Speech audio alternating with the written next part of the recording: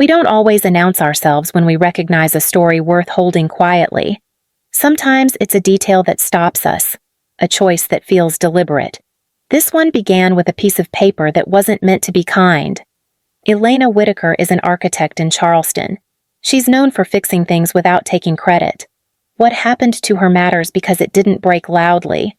It unfolded in a way that asked her to either disappear or stay standing. Here's where she begins. The envelope was heavier than it needed to be. Thick cardstock, pearl finish. I knew the texture before I opened it. "Are you serious?" I muttered. Standing in my kitchen, the sink still running. Miles had once stood right there, tapping samples across the counter. "This one," he'd said, smiling. "It feels expensive without trying." The invitation slid out. Same font, same spacing, same layout I had approved months ago. I laughed once. Short, dry. Inside was a handwritten note. "Come see what true love looks like." I sat down hard on the chair by the window. My phone buzzed. "Nora, did you get it?" she said. I did. Silence stretched. Then, "You don't have to go." "I know." Another pause. "Elena." They used my font. That landed heavier than the cheating ever had. Miles used to stand in my doorway at night, jacket still on, saying, "I just need a little time. I'll fix it." I covered rent. I covered dinners. I covered his pride. He let me. The day I found him in my apartment with my sister, he didn't apologize. He said, "You make everything feel heavy." "Brielle makes it fun." That sentence still sits in my chest. We noticed then how she didn't raise her voice. She didn't rush. She stayed still long enough for the shape of things to change. The invitation was still on the table when my mother called. "Sweetheart," she said, "careful. It would be better if you didn't come." I was invited. That's not what I mean. I know. If you're listening, stay. Not because this gets louder, because it gets clearer. Miles didn't arrive with suitcases. He showed up with a duffel bag and a story. "Just a few weeks," he'd said, leaning against my doorframe like it was temporary by design. My place fell through. Bad timing. I stepped aside. He smiled like that meant something. At first, it was small. Groceries he forgot to replace. A card that glitched at dinner. He'd laugh it off. Tap the table. I'll get the next one. The next one never came. He talked well, though. That was his gift. He knew how to say words like investment and portfolio without committing to any of them. When my phone buzzed with rent notifications, he'd be on the couch scrolling listings for watches he didn't buy. One night, I asked him straight, "How bad is it?" He didn't look up. "I've got it handled. You're behind. Not by much." "It's not nothing." He finally met my eyes. "You don't trust me. I'm paying for everything." That's temporary. Temporary stretched. Weeks became months. I covered rent, utilities, dinners that were supposed to be celebrations. He started dressing better, sharper, borrowed confidence from my stability and wore it outside. We noticed how often she adjusted her life around his explanations, how quietly the balance shifted without a conversation marking it.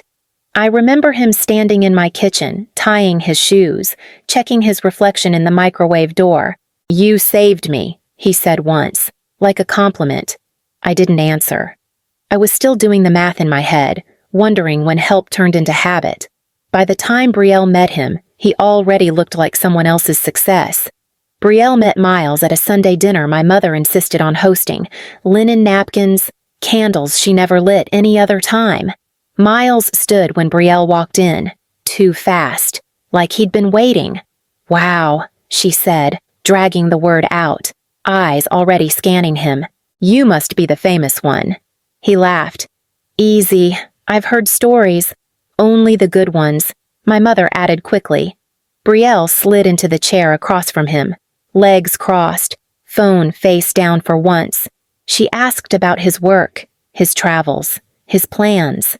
He answered without answering, all smooth edges and future tense. "You should come to Miami with us sometime," he offered. "It's good for networking." Brielle's smile sharpened. "I love Miami." I watched her watch him, not like a sister meeting a partner, like a shopper spotting something marked limited. Halfway through dinner, she leaned toward me. "You didn't tell me he was like this." "Like what?" She shrugged. "Impressive?" Later, as plates cleared, Miles brushed past her in the hallway. Her hand stayed on his arm a beat too long. We noticed how the room didn't react, how no one corrected the angle of that moment. When I mentioned it in the car, Miles scoffed. "You're imagining things. She's just friendly." I stared out the window, the streetlights blurring. That was the first time I felt something shift. Not loud, just enough to know it wouldn't move back. I came home early because the meeting ended fast. No warning. Just a quiet elevator ride and the sound of my own keys. The door wasn't locked. I stepped inside and heard laughter from the bedroom. Brielle's high, familiar. Miles answered with something low and amused. I didn't rush. I didn't freeze either. I walked down the hall like I belonged there. Because I did. Brielle scrambled first. Sheets twisted around her waist. Hair a mess she didn't bother fixing. Elena Miles sat up slower. Too calm. Like he'd already rehearsed this part. This isn't what it looks like. Brielle tried, breathless. I looked at the bed. My bed. The engagement gift sheet still on it. The ones my mother picked. It looks exactly like what it is. Miles swung his legs over the side, hands out. You're overreacting. That landed wrong. Deep. You're in my apartment. He sighed, rubbing his face. You make everything feel heavy. Plans, expectations. Brielle makes it fun. Brielle nodded like that explained it. I waited for something in my chest to crack. It didn't. Get dressed. I told her. You're leaving. She stared at me, stunned. You can't tell me what to do. I can tell you to get out of my home. We noticed how steady her voice stayed, how the room bent around that steadiness instead of breaking it. Miles stood. Where am I supposed to go? That's not my problem anymore. He opened his mouth again. I raised my hand. Don't! Brielle grabbed her clothes, eyes sharp now. You'll regret this. I already did. I walked out first. The front door closed behind me with a sound that felt final. Not dramatic. Just done. My mother called the next morning, early. She always did that when she wanted control before coffee. Sweetheart, she began. Careful. We need to talk about Saturday. I'm listening. There was a breath. Then, it would be better if you didn't come. I leaned against the counter, phone warm in my hand. To my sister's wedding. It's complicated. It isn't. She lowered her voice, like the walls might hear.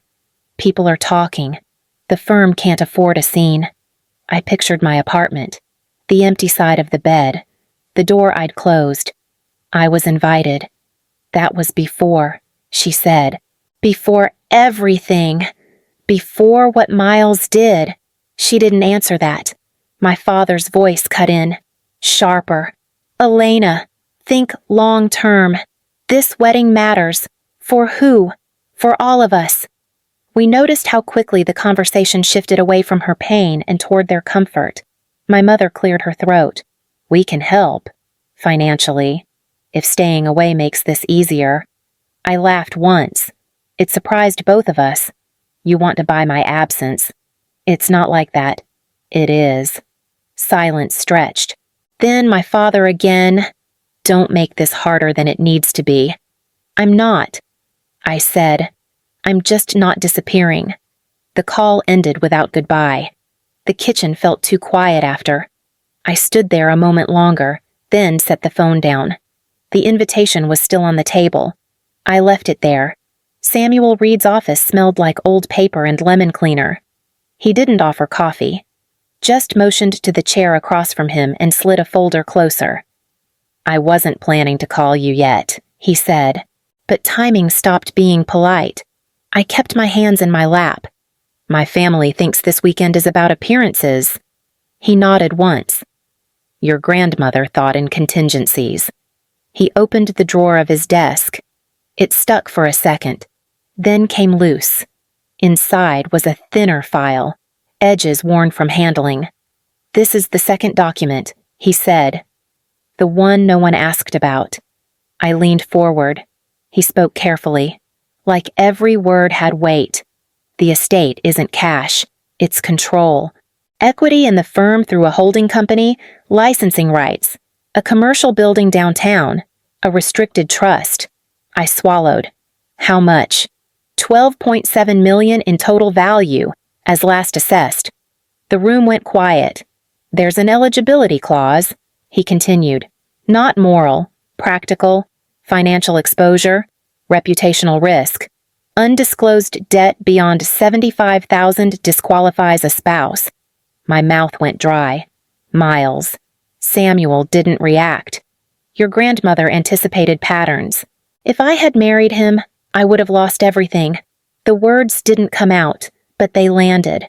We noticed how she didn't interrupt, how she let the truth finish its sentence. Samuel closed the folder. Your sister's marriage activates a review. I sat back. So, if Brielle marries him, she forfeits any claim, permanently. I stared at the locked drawer, thought of Agnes Whitaker, her quiet smile. She knew. I said. Samuel met my eyes. She waited.